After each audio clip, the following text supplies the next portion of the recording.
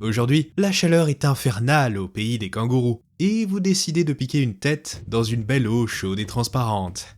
Mais soudain, vous sentez comme une sorte de caresse sur votre jambe. Probablement une algue, vous vous dites. Mais quelques instants plus tard, vous vous rappelez dans quel pays vous êtes. Et là, c'est la panique. Spoiler, ce n'était pas une algue. En regardant autour de vous, vous discernez à peine une sorte de petite méduse translucide, celle-ci ne mesurant que quelques centimètres de diamètre et pourvue de longs et fins filaments. À peine après avoir découvert votre étrange agresseur, vous ressentez une douleur absolument atroce au niveau de la piqûre. Et c'est parti pour 5 minutes de fun. Félicitations mon ami, tu viens de faire la connaissance de la cuboméduse australienne, Chironex fleckeri. Et elle t'a pas loupé mon grand, car il te reste approximativement 5 minutes à vivre. Oui, 5 minutes, soit le temps de décongeler un burrito au poulet. Et une fois arrivé au ciel, vous vous dites « Non mais sérieusement, une méduse, la honte quoi !» En effet, il ne s'agit pas d'une créature féroce, rare ou impressionnante, juste une simple méduse. Un animal qui appartient à un club incluant près de 15% de tous les animaux sur Terre. Un animal sur 7 possède du venin ou du poison, des toxines qui montrent que Mère Nature est sans doute un peu sadique sur les bords. Et vous allez voir dans cette vidéo qu'il n'est pas question que de serpents ou d'araignées, mais aussi de mammifères avec des coups toxiques, des escargots armés de fléchettes gorgées d'insuline pour plonger les poissons dans le coma, et des créatures avec un venin tellement puissant que vous préféreriez vous suicider plutôt qu'endurer une telle douleur. Mais tout d'abord, avant d'explorer le côté le plus sombre de la zoologie, clarifions un truc. Il y a venin et poison. Et non, ce n'est pas la même chose. Pour schématiser, si un animal vous mord et vous mourrez, c'est du venin. Et si vous mordez l'animal et vous mourrez, c'est du poison. Voyez-vous, généralement le venin a besoin d'être injecté dans une plaie pour être actif, et ce aussi bien à l'aide de crocs, de dards, d'épines ou d'autres moyens plus exotiques, comme le loris qui mixe les sécrétions de son coude à sa salive avant de vous mordre. La définition plus sérieuse d'un venin est la production d'une molécule toxique qu'un animal va directement injecter dans un autre animal, et ce à travers une plaie. A contrario, un poison a juste besoin d'être ingéré, inhalé ou touché pour être actif. C'est pour ça que certains malins aux States boivent du venin de crotale sans risque. Enfin, sans trop de risque on va dire. Prenons par exemple la cocoille de Colombie, ou Phyllobates terribilis. Cette adorable grenouille jaune ressemble à un petit Pokémon shiny, et pourtant certains la décrivent comme l'animal le plus venimeux au monde. Cependant, il s'agit plutôt d'un des animaux les plus toxiques au monde. Les toxines sont présentes sur sa peau et agissent au contact d'un agresseur. Donc outre la puissance de son poison, cela reste assez classique j'ai envie de dire. Mais le truc, c'est que les peuples indigènes de Colombie arrivent à extraire ce poison pour l'utiliser comme une sorte de venin. Leur projectile fonctionne comme un dard, envenimant la cible après avoir perforé la peau. Ainsi, une seule petite grenouille permet la création d'entre 30 et 50 fléchettes qui restent efficaces pendant près de 2 ans avant d'être reconditionnées et sont capables d'abattre un homme adulte. En effet, les alcaloïdes présents sur la peau de cette grenouille sont des centaines de fois plus puissants que la morphine et les effets sont presque instantanés. Mais là où ça devient étrange, c'est que quand vous élevez cette charmante bestiole en captivité et que vous la nourrissez d'insectes d'élevage tels des drosophiles au lieu des fourmis et des acariens qu'elle chasse dans la nature, elle devient totalement inoffensive. En effet, ces petites tricheuses ne font qu'accumuler et concentrer les toxines produites par d'autres animaux, au lieu de les produire elles-mêmes. Bref, ces grenouilles et toutes leurs cousines sont toxiques et non venimeuses. Allez, après cette petite clarification, rentrons dans le dur de la vidéo, car les animaux venimeux produisent du venin sans l'aide de personne. Enfin, à quelques exceptions près, mais bon. Ce type d'arme est terriblement efficace, ceci montré par la diversité d'animaux capables de produire et d'injecter du venin. Fun fact, il se pourrait que nos propres ancêtres, les premiers mammifères, étaient eux aussi venimeux.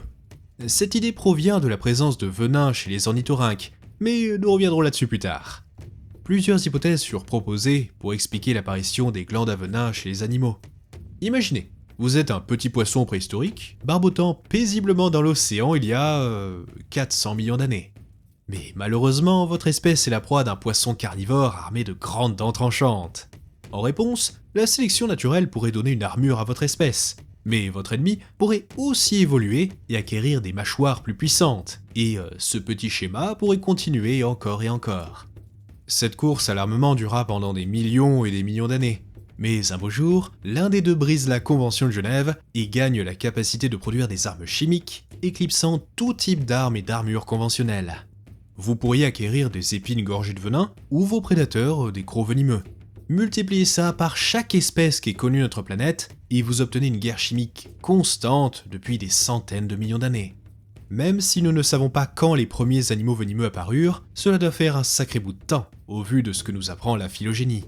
Vous avez par exemple les cnidaires, les coraux et méduses, qui est un groupe presque exclusivement composé d'animaux venimeux. Et ceux-ci sont apparus il y a au moins 600 millions d'années, donc oui, le venin est probablement antérieur à l'apparition même des vertébrés. Ainsi, avec une course à l'armement aussi longue et brutale, le venin serait apparu plus d'une centaine de fois indépendamment au sein du règne animal. Et laissez-moi vous dire que la brutalité de ces venins est parfois totalement absurde. Car oui, à chaque fois qu'une proie développe une résistance au venin d'un prédateur, ce dernier doit développer de nouvelles recettes pour faire craquer ses défenses immunitaires. Et quand je dis recettes, c'est littéralement ça, car les glandes à venin sont plus ou moins des sortes de laboratoires synthétisant des molécules qui ridiculiseraient ce bon vieux Walter White. Une seule glande peut produire des dizaines de protéines et de peptides différents qui, mélangés, peuvent avoir des effets dévastateurs. Certains pourraient me dire, comment ça des protéines ? C'est pas le truc des gomuscules là ? Alors oui, mais non. Votre blanc de poulet est certes constitué de protéines, mais celles-ci sont inactives on va dire. Des sortes de briques parfaites pour la formation des muscles entre autres.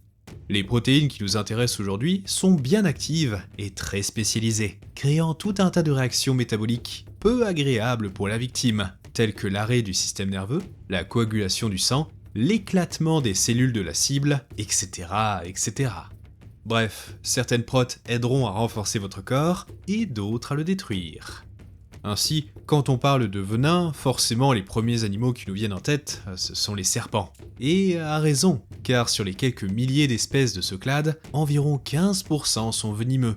Et malheureusement, environ la moitié de ceux-ci sont considérés comme présentant un risque médical. Donc ouais, si vous croisez un serpent inconnu, mieux vaut éviter tout contact. La plupart des serpents venimeux font partie des élapidés, autrement dit les cobras, mambas et autres joyeusetés, et des vipéridés, tels les crotales, la vipère aspic ou cette chère vipère bleue de Komodo. Toutefois, il existe aussi de nombreux autres serpents n'appartenant pas à ce clade, comme la couleuvre de Montpellier, qui possèdent eux aussi du venin.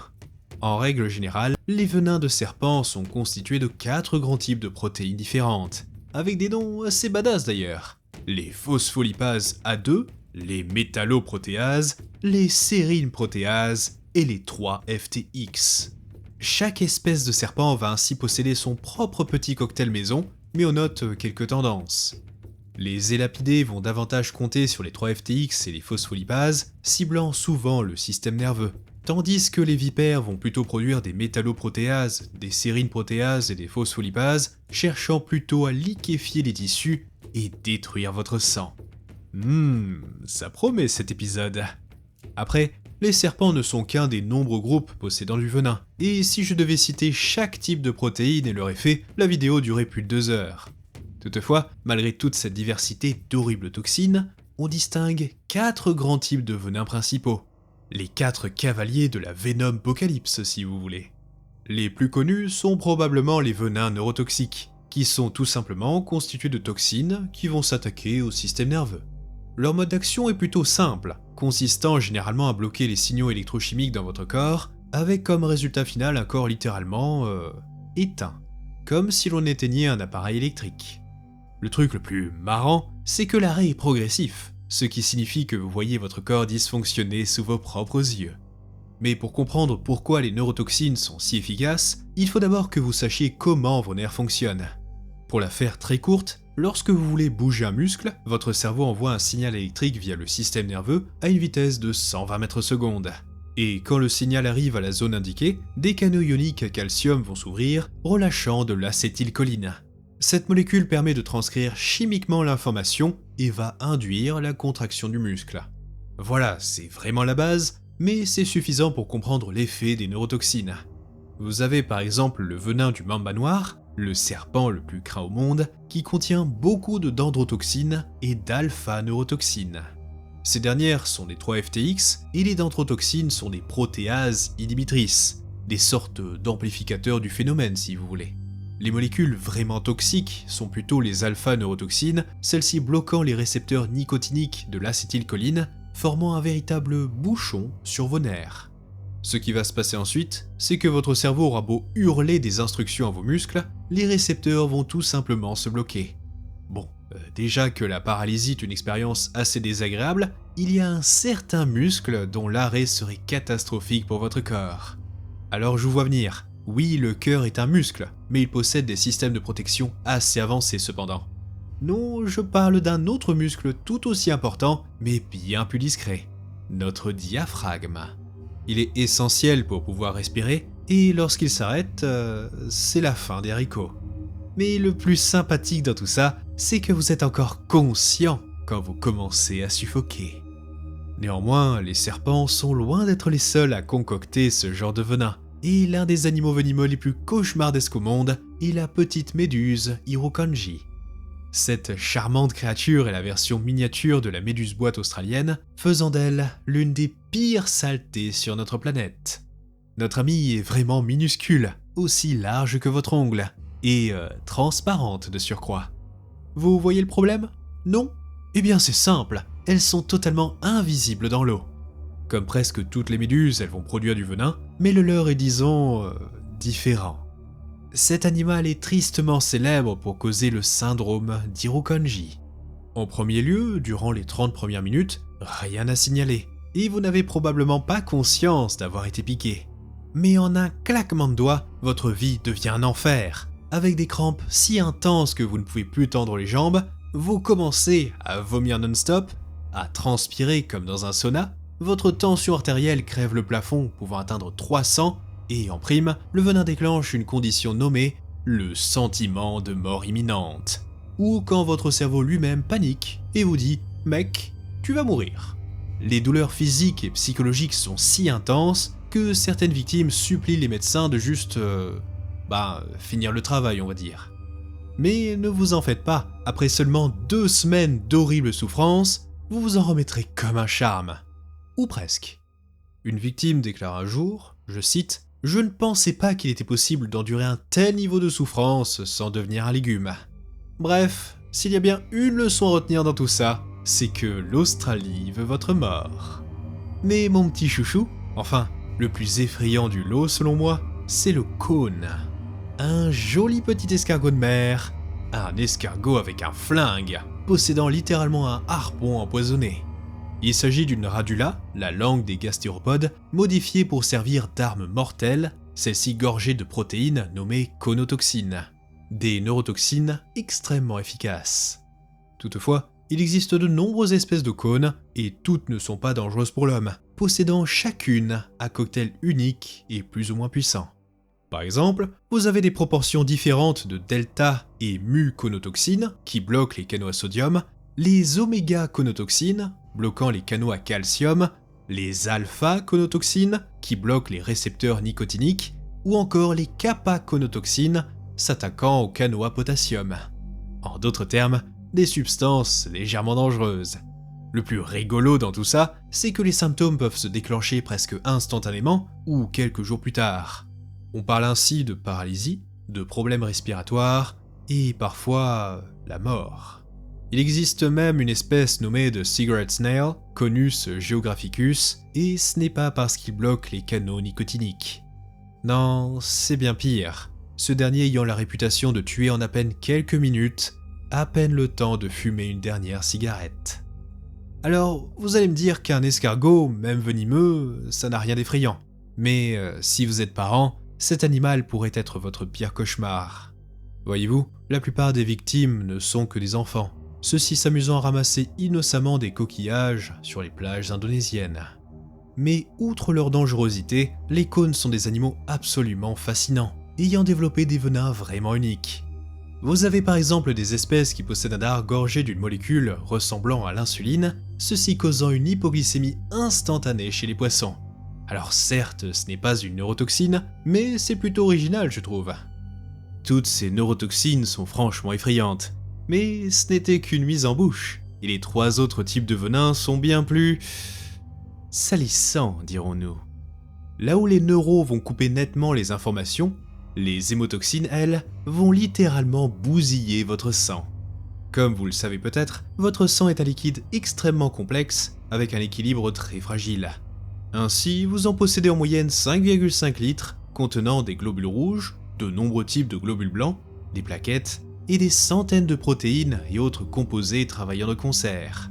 À vrai dire, complexe est un euphémisme, car rien que la coagulation, ce qui va vous aider à cicatriser, inclut 13 différents facteurs pour cette simple opération. Donc, que vont faire les hémotoxines? Bah, c'est simple, elles vont foutre un bordel sans nom dans vos veines.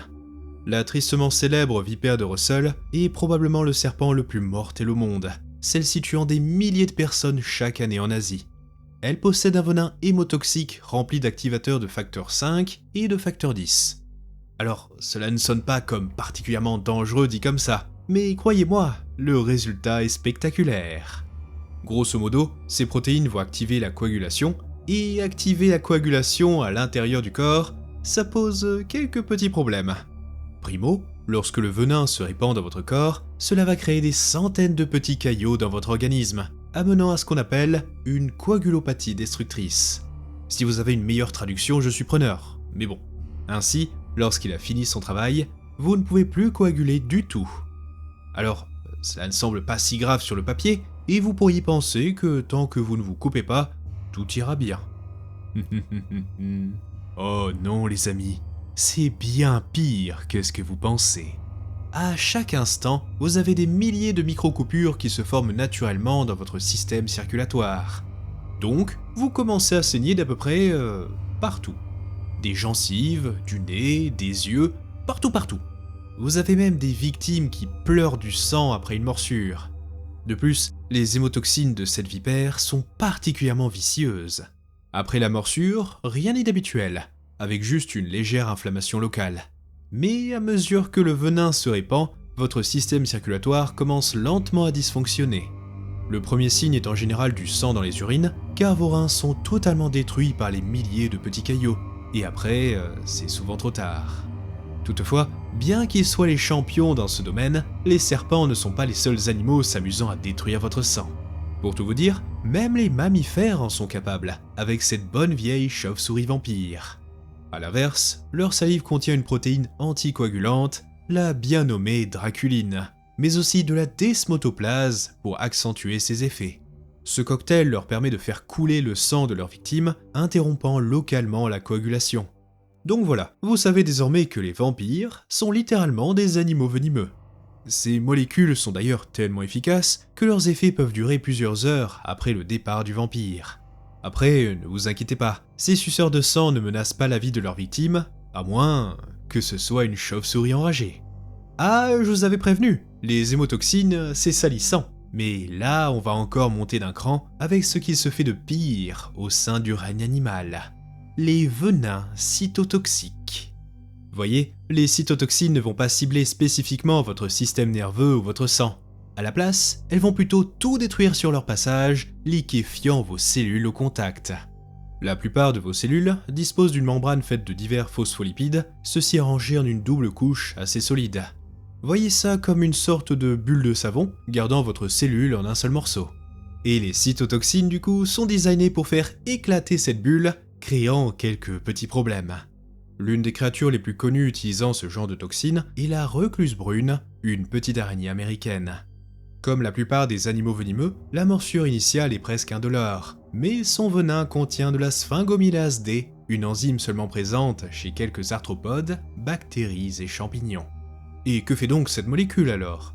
Eh bien, elle va tout simplement briser les chaînes de sphingomyéline en céramide 1-phosphate et en choline. Je sais, la plupart d'entre vous n'ont peut-être jamais entendu ces termes, mais vous allez voir, c'est pas si compliqué que ça. Pour la faire courte, la sphingomyéline est une molécule essentielle pour maintenir l'intégrité de la paroi cellulaire. Sans elle, vos cellules éclatent et meurent. Ainsi, après quelques heures, les tissus autour de la morsure vont commencer à se nécroser et à pourrir.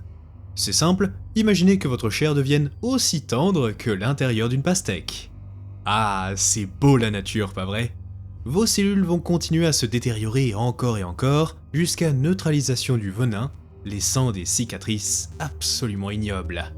Mais ce n'est pas tout, car cette enzyme a une seconde action, activant la chymiotaxie des neutrophiles. C'est une réponse immunitaire assez classique, où les neutrophiles, des sortes de globules blancs, vont lutter contre une infection. Problème, au lieu de faire leur travail contre les pathogènes, ceux-ci vont à leur tour relâcher des enzymes servant habituellement à dissoudre des bactéries, et ce sur vos propres cellules. Résultat, des greffes de peau sont souvent nécessaires, avec parfois des zones nécrosées aussi larges qu'une assiette. J'ai bien quelques images à vous montrer, mais franchement, on va éviter, hein. Et puis, il y a des enfants qui regardent. Et vous savez ce qui est encore plus rigolo? C'est quand un animal est capable de projeter ce fameux venin cytotoxique, tels nos amis les cobras cracheurs. Ceux-ci sont si efficaces qu'à 3 mètres, ces derniers ont une précision allant jusqu'à 90%.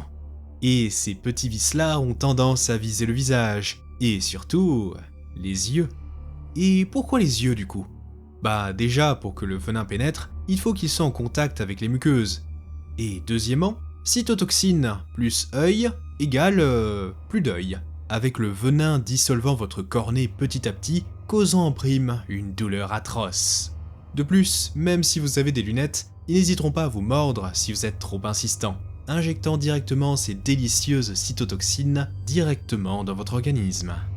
Toujours chez les serpents, vous avez le serpent brun royal possédant un venin myotoxique, le 4e grand type de venin. Au lieu de réduire toutes vos cellules en soupe, celui-ci va plutôt s'orienter vers les muscles, détruisant efficacement vos fibres musculaires. Tous vos muscles sont formés de sortes de fibres de protéines compactées dans des cellules spéciales, elles-mêmes entourées d'une gaine, le sarcolème. Les myotoxines du brown snake vont donc dissoudre le sarcolème, ce qui, comme vous vous en doutez, n'est pas une bonne nouvelle. Quelques heures après la morsure, on observe un phénomène nommé rhabdomyolyse. Or, vous en avez peut-être déjà entendu parler si vous êtes fan de muscu, avec la fameuse rhabdo. Mais là, on est sur un tout autre niveau, celle-ci menant parfois à la mort. Grosso modo, vos fibres musculaires s'endommagent tellement vite que votre corps n'arrive pas à les réparer, ni même à les éliminer. Vos muscles sont littéralement en train de fondre. Aussi, votre urine va devenir aussi sombre que du Coca-Cola à cause de la quantité de myoglobine dans le sang. Il s'agit d'une protéine présente dans vos muscles, aidant normalement au transport de l'oxygène. Parce que perdre ces muscles n'est pas déjà assez, vos reins vont être tellement surchargés de myoglobine qu'ils vont simplement se boucher. Ceux-ci vont donc relâcher de l'hème, du fer sanguin en gros, causant un stress oxydatif dans les reins et bye bye les reins. Mais du coup, pourquoi s'attaquer aux reins et pas directement au cœur? Eh bien, c'est une très bonne question, auquel les animaux munis de cardiotoxines ont décidé de répondre. Comme leur nom l'indique, ces toxines ultra perfectionnées vont donc cibler le muscle le plus important dans votre corps, en vue de l'arrêter tout simplement. Vous vous souvenez de la méduse boîte du début, la cousine de l'urokanji? Il se trouve que ses tentacules sont recouverts de milliers de cnidoblastes, des cellules contenant une sorte de micro-harpon couvert de venin. Chacune va s'activer au contact d'un animal, explosant et enfonçant le dard dans la chair de la victime, ceci avec une accélération équivalente à 5 millions de G. À titre de comparaison, si ce petit harpon gardait la même vitesse pendant 1 seconde, il pourrait parcourir jusqu'à 49 millions de mètres, soit 16% de la vitesse de la lumière. Mais bien que les méduses sont des animaux aussi fascinants que sous-cotés, ce n'est pas cela qui va nous intéresser aujourd'hui. Là où ça devient croustillant, c'est qu'une fois le harpon en place, la méduse boîte va injecter un cocktail de protéines avec notamment des porines. Celles-ci vont essentiellement s'amuser à faire des trous dans vos muscles et vos globules rouges. Ainsi, cela permettra à d'immenses quantités de calcium d'entrer dans les cellules, bouleversant l'équilibre de celles-ci et les tuant sur le coup. Donc, quand une quantité importante de venin pénètre dans l'organisme, les effets peuvent être dévastateurs chez l'homme, avec un arrêt cardiaque en à peine quelques minutes. Certains cobras possèdent aussi ce genre de toxines, certes plus lentes, mais tout aussi efficaces. Petit à petit, votre cœur va perdre en puissance, ralentir, puis s'arrêter en silence.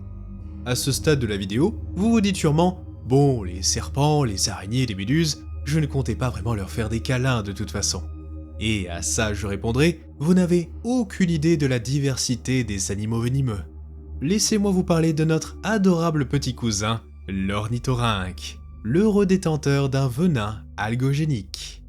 Ah, ce bon vieil ornithorynque, un animal qui ne fait aucun sens, étant par exemple l'un des rares mammifères pondant des œufs et qui possède des épines sur les pattes arrière qui, chez les mâles, sont venimeuses. Ok, c'est bien beau tout ça, mais où est le problème? Ça saurait si l'ornithorynque était un animal dangereux, pas vrai? Eh bien, c'est la composition de ce venin qui pose problème, algogénique signifiant créateur de douleur. Alors si même les scientifiques ont précisé que ça fait mal, ce n'est pas bon signe. Si vous vous faites piquer par un ornithorynque, vous allez vraiment baver. Certains petits malins pourraient penser que j'en rajoute un peu, qu'avec quelques antidouleurs, ça devrait passer. Ah, les amis, vous n'avez aucune idée d'à qui vous avez affaire. Ces protéines causent une douleur si violente, si intense, que même la morphine n'est d'aucun secours. Donc même si votre vie n'est pas en danger, vous pourriez être tenté d'abréger vos souffrances vous-même. Ce venin va se fixer sur vos récepteurs à la douleur et va juste augmenter drastiquement la sensibilité de ceux-ci. Le moindre geste, la moindre action, tout n'est que souffrance. Et là on ne parle pas de quelques heures, mais parfois de plusieurs mois avant un retour à la normale. Un chercheur ayant étudié et testé le venin des ornithorynques décrivit cette douleur comme instantanée, continue et dévastatrice. Même des années après la piqûre, le membre en question peut toujours ressentir certains effets. Vous avez par exemple une victime qui rapporta des douleurs à la main pendant plus de 15 ans après la piqûre. Et le meilleur dans tout ça, c'est qu'il n'y a pas d'antivenin. De mieux en mieux.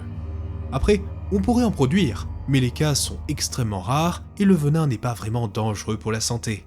Donc à quoi bon dépenser des millions pour des idiots qui s'amusent à faire des câlins à des animaux sauvages? Bref, en Australie, même les animaux considérés comme mignons veulent votre peau. Bon, maintenant vous avez une bien meilleure idée de la dangerosité des venins. Cependant, si vous êtes attentif, vous avez peut-être remarqué que j'ai mentionné au moins 6 types de venins différents et pas juste 4 comme dit au début. Alors certes, mais les cardiotoxines et les algogéniques sont plutôt des sous-classes parmi les 4 grands types principaux. Et ceci montre la diversité des effets différents au sein de chaque groupe. Dans tous les cas, si vous ne deviez en retenir que 4, ce seraient les cytotoxines, les neurotoxines, les hémotoxines et les myotoxines. Par exemple, les venins cardiotoxiques agissent souvent comme des cytotoxiques ou des myotoxiques, et les algogéniques peuvent correspondre à n'importe lequel des 4. Dans le cas de l'ornithorynque, c'est une neurotoxine, mais vous vous doutez bien que les venins cytotoxiques sont aussi affreusement douloureux. Vous avez aussi les néphrotoxines, qui attaquent spécifiquement les reins. Souvent, les reins sont des victimes collatérales, comme avec l'exemple du venin myotoxique du brown snake, causant ainsi une râpe d'eau et amenant à la destruction indirecte de vos reins. Mais parfois, certaines protéines sont directement designées pour les bousiller, comme ceux de nombreux invertébrés. Peu importe le venin, une morsure ou une piqûre n'est jamais une bonne nouvelle. En parlant de bonnes nouvelles, vous savez quoi? Les chances de rencontrer des animaux venimeux ne vont qu'augmenter au cours des prochaines décennies. Car oui, la plupart d'entre eux vivent dans des régions au climat plutôt chaud. Or, avec l'augmentation des températures globales, ces derniers peuvent coloniser de nouveaux environnements. Par exemple, certains modèles affirment que la redoutable vipère du Gabon, un serpent disposant d'un venin extrêmement puissant et des plus grands crochets à venin connus, pourrait presque tripler son aire de répartition d'ici 2070. De même, les 2 espèces de méduses que nous avons vues vivent au nord de l'Australie, et avec le réchauffement des océans, elles vont pouvoir coloniser les plages toujours plus au sud. Aussi, même si j'adore les serpents, force est de constater que les espèces venimeuses prélèvent de très nombreuses vies humaines. Chaque année, vous avez plus de 3 millions de morsures dans le monde pour environ 150 000 décès. Et ce ne sont que les chiffres déclarés, car la plupart des morsures ont lieu dans des milieux ruraux d'Afrique et d'Asie. Il a été estimé que dans certaines régions du monde, notamment en Afrique subsaharienne, le nombre réel de morsures serait 30 fois supérieur aux chiffres officiels. Car oui, beaucoup de victimes ne se présentent jamais à l'hôpital, ou même à un médecin. Le plus triste, c'est que nous avons des antivenins pour la plupart des espèces de serpents, mais cela reste difficile à produire, très coûteux, nécessitent une réfrigération et il faut souvent plusieurs doses pour traiter une seule morsure. Toutefois, tout ce que Mère Nature prend, elle peut aussi nous le rendre, et certains venins peuvent guérir au lieu de tuer. La vipère Jararaca du Brésil, un autre charmant petit serpent, possède un venin comportant divers bradykinin potentiating peptides, ou BPPs. Les scientifiques isolèrent ces peptides, les modifièrent un petit peu, et créèrent ainsi le captopril, un médicament très important dans le traitement de la tension artérielle. Donc, ironiquement, ce serpent aurait sauvé, en quelque sorte, des millions de vies dans le monde. Un autre exemple est le monstre de Gila, un drôle de lézard venimeux possédant une salive contenant de l'hexandine 4. Cette molécule fut aussi transformée par l'homme pour nous donner l'hexanatide, un autre médicament qui lui aide à réguler la glycémie chez les diabétiques. Même ces sales bêtes que sont les cônes nous donnèrent la ziconotide ou Prialt, un antidouleur bien plus puissant que la morphine et sans risque d'addiction. Donc pour les gens souffrant de douleurs chroniques ou s'étant fait piquer par un ornithorynque, cela peut totalement changer leur vie. Or, il ne s'agit que de 3 des exemples les plus connus et de nombreux autres médicaments ont pour base des toxines d'origine animale. Certains chercheurs se concentrent aujourd'hui sur le venin d'ornithorynque pour traiter le diabète, celui de certaines araignées pour créer des insecticides n'affectant que les insectes, divers venins de serpents pour détruire les cellules cancéreuses, ou encore celui des scorpions pour élaborer des immunosuppresseurs. Donc, même s'il est tentant pour certains de vouloir exterminer tous les animaux venimeux, il est important de rappeler que ces derniers ont sans doute sauvé plus de vies qu'ils n'en ont prises. Merci de votre attention, j'espère que ce premier épisode de Zoologie contemporaine ne vous a pas trop cassé le cerveau, et on se dit à la prochaine aux Zoos sauvages.